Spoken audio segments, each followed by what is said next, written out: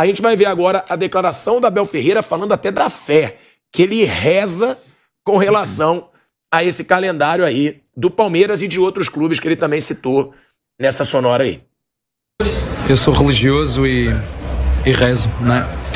A quantidade de jogos que há, rezo, meto, não é? Porque vocês viram jogadores que se lesionaram no jogo do Flamengo, jogadores que se lesionaram no jogo do Corinthians, jogadores que se lesionaram no Atlético de Mineiro, e o que eu faço, porque não sou mágico, é pedir para continuar a ter saúde e isso eu agradeço todos os dias por isso, e pedir que Ele não nos ajude no jogo, porque Deus não se mete no jogo, mas que nos dê saúde para nós podermos jogar. E portanto, essa é a parte que eu faço, porque também já vos disse, não sei qual será o futuro, sei que temos uma série de jogos decisivos com 2 dias de intervalo e isso só acontece num lugar no mundo. Portanto, se calhar são os outros que estão todos errados. Olha aí, ó. Ele sempre vai muito bem nas declarações. Boa. E ele deixa claro, isso só acontece no Brasil. Então, todos os outros estão errados. Então, e aquela questão do calendário absurdo, intenso, insano, que já foi pior, o que não justifica dizer que continue ruim, né? E é isso, é que todo mundo fala, o Vitor Pereira fala, o Crespo falava, né? E cada vez mais se fala, o Tele Santana falava. Há 30 anos, Vanderlei Luxemburgo. Mas agora tá pior. Só piora, mal. Não, foi pior já. Já foi pior. Você acha que teve ano pior do que esse? Agora jogava 100 anos, claro. Claro, jogava 99 partidas, 100 partidas, no início dos anos 90. O Grêmio jogou 3 jogos no mesmo dia, o São Paulo teve 2 vezes. Mas que não era com esse nível físico que é hoje, não, né? O futebol se corria em termos de quantidade, de quilometragem, mais ou menos a mesma coisa. Só que os piques de intensidade hoje são 3 a 4, 5 vezes maior. Os treinos são mais pesados. Tudo é mais pesado. Então, assim, claro, você tem a recuperação, condição tecnológica, de alimentação, ok. Mas mesmo assim se corre a intensidade, a chamada intensidade cada vez maior. Então continua um absurdo. E isso que acontece com todos. E os times têm que rodar mesmo elenco. Não tem mais jeito. Já não tinha jeito há 20 anos atrás e continua não tendo isso. Eu só quero uma historinha sobre realmente Deus, apesar de muita gente achar, e qualquer que seja o Deus, para quem acredita e para quem também não acredita, e quem não acredita precisa ser respeitado para quem acredita, né? Até porque é um preceito, de um modo geral, de todas as religiões, ou deveria ser. O Dadá Maravilha, no sábado, a gente conversando, ele falando de histórias, lembrando o campeão do mundo da Copa de 70, ele chegando falando, ele falou, pô, o único jogo na minha vida que eu fiz uma tabela foi o jogo que me levou para a Copa de 70, quando o Galo venceu a seleção brasileira por 2-1, gols dele e tal, que o Médici fez aquela pressão, coisa e tal. Aí o Dadá foi contando, aí o pessoal falando, rindo, né? Ele falou, eu desconfio que Deus gostava de mim mesmo, né? Porque eu era um grosso, perna de pau, e eu tô aqui com esses caras. Então, realmente, Deus não entra na jogada, mas com o Dadá Maravilha que merece, tudo bem. Mas assim, enquanto a gente não resolver isso, e de novo também, porque houve também muita xenofobia em relação a isso. Pô, esse cara sabia quando veio pra cá que era assim, gente, sim, sabia. E a gente também sabe, não é por isso que ele vai deixar de ser jornalista esportivo e falar o que a gente fala, todo mundo aqui, há décadas, que tá errado. Não, tá errado manter assim. Não, mas é isso que eu falo. O bom do Abel, o bom do Vitor Pereira, sim, o bom do Rogério Ceni, é que eles expõem muitas vergonhas do futebol brasileiro, sim, que geralmente só a mídia... E o Tele Santana Facinho, né? Luxemburgo, Filipão, praticamente todos, uns mais, outros menos. É um absurdo que acontece. E o Abel, ele deixa isso bem claro, né? Piperno, Mauro, Bruno. Ele fala, então todo o resto do mundo tá errado. E realmente, mas chega de questionar calendário, não tem como. Olha como o calendário, ele compromete o nível do futebol brasileiro. Claro. Até o nível dos jogos, ele piora. Ficam jogos piores... É muito jogo para pouco futebol, infelizmente. Gente, vamos preservar a qualidade do espetáculo, entre aspas. Quanto menos jogos a gente tiver, melhor, a princípio, tenderá a ser o futebol. Ou menos pior, talvez. E muitas vezes os clubes que menos investem, que jogam pior, se beneficiam. Essa é a verdade, porque eles jogam menos competições. Sim. Eles não estão jogando a Libertadores, eles não estão jogando a Sul-Americana, que seja, não estão jogando, já foram eliminados da Copa do Brasil. E aí os times que investem, que contratam grandes jogadores, sempre se ferrando. Olha, acho que sobre calendário, sobre essa bagunça, toda a gente já falou milhares de vezes, ele fala toda hora e com razão, e é muito importante mesmo que ele nunca esqueça de destacar esse problema, né, que o futebol brasileiro tem.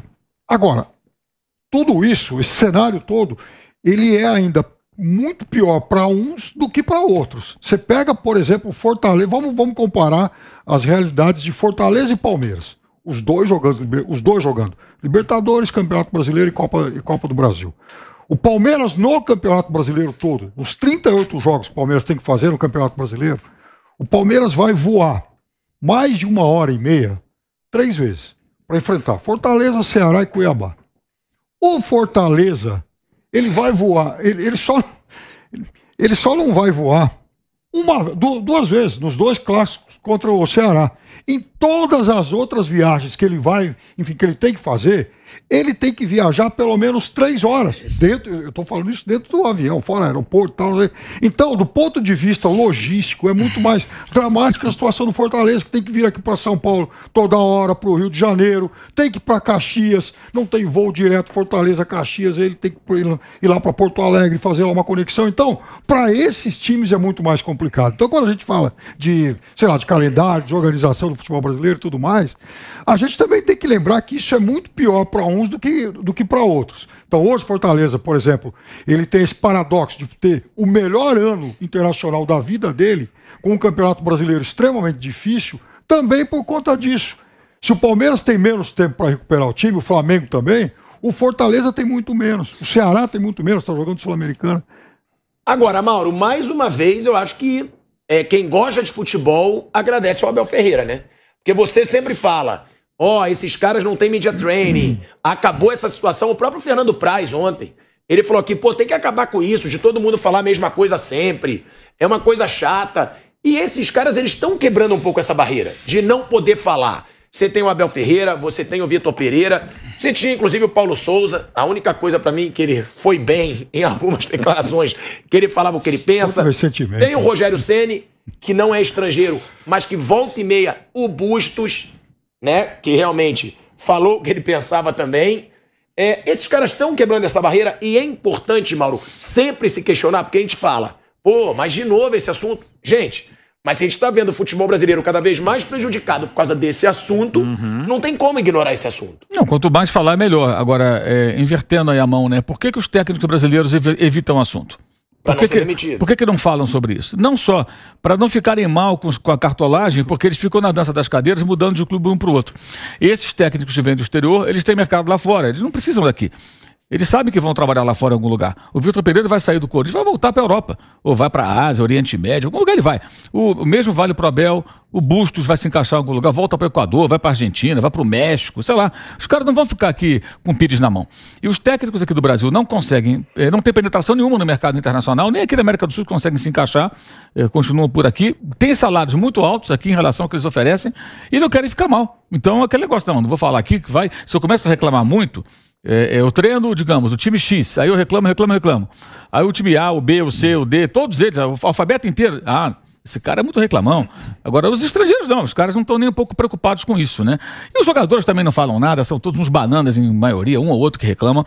Quando teve aquele movimento lá do Bom Senso Futebol Clube, os principais nomes não aderiram, mesmo os jogadores do exterior, nomes internacionais, não apoiaram, e era uma briga, uma das principais brigas, se não a principal, daquele movimento, que era encabeçado até por jogadores que pararam, estavam parando, né?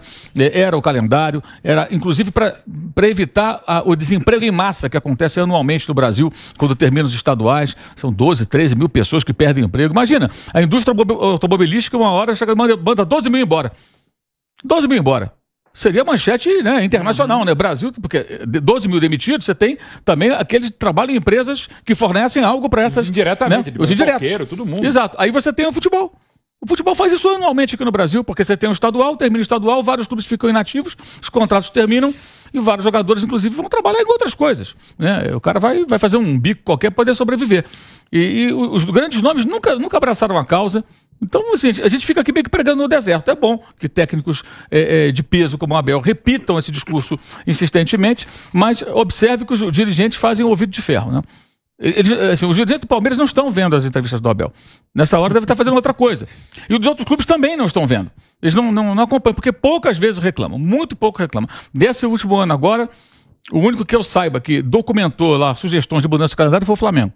E isso é sempre bom lembrar. Isso é ignorado pela CBF.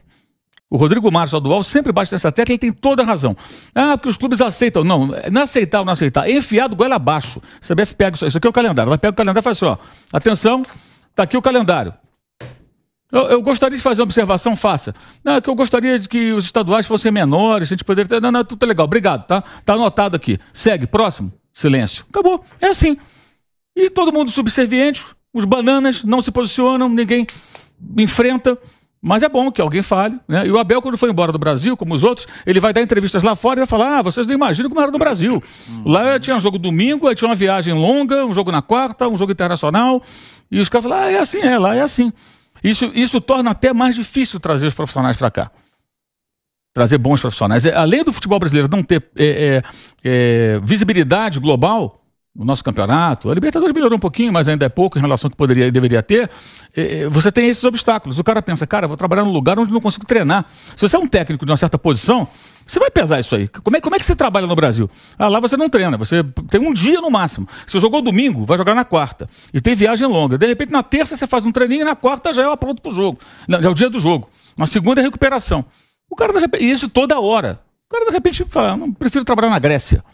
Ou uma coisa parecida. E muitas vezes dizem que os clubes não reagem, mas alguns clubes reagem sim.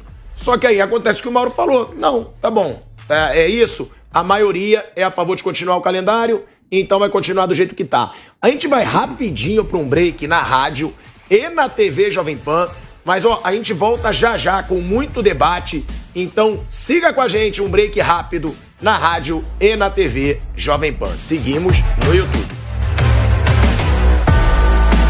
Tem isso, né, Bruno? Porque é meio que uma ditadura. Nada vai mudar. Porque eles vão até a liga conseguir ser implantada. O que também é difícil pelo que a gente está vendo. O que eu tenho dúvida, né? Que a liga ela vai organizar o Campeonato Brasileiro. Mas se não mudar o calendário, também, assim... Lógico. Tá, começa o Brasileiro em maio. Vai ter estadual até maio. Vai enfrentar esse mesmo problema de calendário. E é uma falta de preocupação com a qualidade do jogo, né? Foi uma coisa que você falou aqui no início desse debate. E isso é uma coisa que não é nada inteligente. Se você quer vender um produto, você tem que vender um bom produto, um jogo bom, né? No caso é o futebol. E aí você enche de jogo, preenche grade de TV, atende interesse de federação estadual, o jogo todo dia. Só que se for jogo ruim, não adianta fazer jogo todo dia, porque as pessoas não vão querer assistir. Ao contrário, né?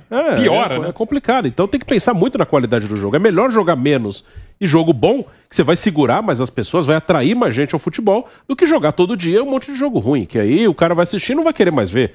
Então essa preocupação, essa falta de preocupação com a qualidade do jogo apresentado é terrível. E sobre essas... Fala. Quem abriu o jogo sobre a cabeça da cartolagem nesse último final de semana foi o presidente da UEFA, o Alexandre Seferin. Deu uma entrevista para a Gazeta dello Sport e falou com todas as letras. Falou: vocês querem continuar ganhando salários milionários? Então tem que continuar jogando bastante. Precisa de jogo para pagar melhor vocês. É a cabeça do cartão. É a cabeça, quer dizer, cabeça não, o que tá na cabeça, né? Que vai aumentar o número de jogos da Champions League. Vai aumentar. Mas vocês acham que os estaduais, por exemplo, eles são fundamentais para continuarem ganhando fortuna? Não, eles não são. Não, precisa racionalizar. Eu sou contra terminar com o estadual, mas eu sou contra tanto jogo, gente. Assim, inclusive Copas da Liga, como tem, por exemplo, na Inglaterra, que a gente sempre pega o exemplo da Premier League, eu sei que paga as contas, mas é muita coisa também, gente. Eu não vou dizer que a Copa da Liga seja a mesma coisa que estaduais, até porque são culturas diferentes e outra história. Mas assim, de novo, é muito jogo. Copa do Mundo com 48 seleções, essa Champions com 2 jogos a mais, não dá pra acrescentar mais. Mas você também conhece, né? Muito jogador. É unanimidade com o jogador que volta da Europa, como aqui é pior. Como aqui eles folgam menos, como aqui eles viajam mais. Eu tive uma conversa, é uma questão geográfica, né? Eu tive uma conversa com o Rafinha, lateral agora do São Paulo, que jogou no Bayern de Munique por muitos anos. Ele falou: Thiago, é muito diferente. Claro que aqui a gente folga muito menos. Aqui a gente viaja muito mais. Porque tem isso também, na Europa é tudo perto. O país é... Aqui o clima muda. Você joga no frio no domingo, no quarto você tá no calor. E muda o nível do gramado, sim. A gente tá voltando aqui, ó, pra TV Jovem Pan. Estamos de volta, hein? De volta à TV Jovem Pan. Já, em poucos segundos, a gente tá de volta também à Rádio Jovem Pan. Ainda com esse debate, né? Sobre o calendário no futebol brasileiro, em comparação com o europeu. A gente está de volta agora também à Rádio Jovem Pan, multiplataformas, como gosta de dizer o velho Vamp. Então, o Rafinha diz isso pra mim. Ele falava: Thiago, quando eu jogava no Bayern, eu tinha mais folga, eu tinha mais tempo pra estar com a minha família, eu viajava muito menos. a rotina é muito menos pesada. Claro eu que sei é. que na Europa também tem muito jogo, mas é tudo mais perto. Tudo mais perto, aí é uma questão que não tem o que fazer, mas tem, por exemplo, outras questões básicas. Eu sei que também envolve investimento, e aí investimento não é gasto. A questão do gramado, né? A gente já teve momentos muito piores, inclusive no auge do futebol brasileiro, na era do futebol brasileiro, vai o YouTube, não agora, durante o nosso bate-pronto, mas vai para ver o Pelé, onde jogava, o Rivelino, o Dirceu Lopes, Tostão, Gerson, Demir da Guia, era tudo esburacado, horror, a pequena área, grande área, era um horror. Mas hoje, até pela condição tecnológica, inclusive de gramados artificiais ou semi-artificiais, como por exemplo a própria Neoquímica Arena, que tem alguns pedaços lá, que eu não sei falar tecnicamente como é, artificiais. O gramado é mais alto, mais pesado, ou mais buracado, mais desnivelado, que acaba nivelando o futebol, né? O nível do futebol também que a gente quer de mais velocidade, também a gente não consegue ver aqui no Brasil, porque o gramado não ajuda. Ué, a gente tem um exemplo agora. Eu falei com alguns médicos ortopedistas. A lesão do Bruno Henrique foi muito por conta do gramado. O cara vai ficar quase um ano parado por causa do gramado péssimo do Maracanã. E o gramado que acabou de ser reformado, né, com todo o nível de investimento que se faz. E queremos que se faça bem. O Maracanã.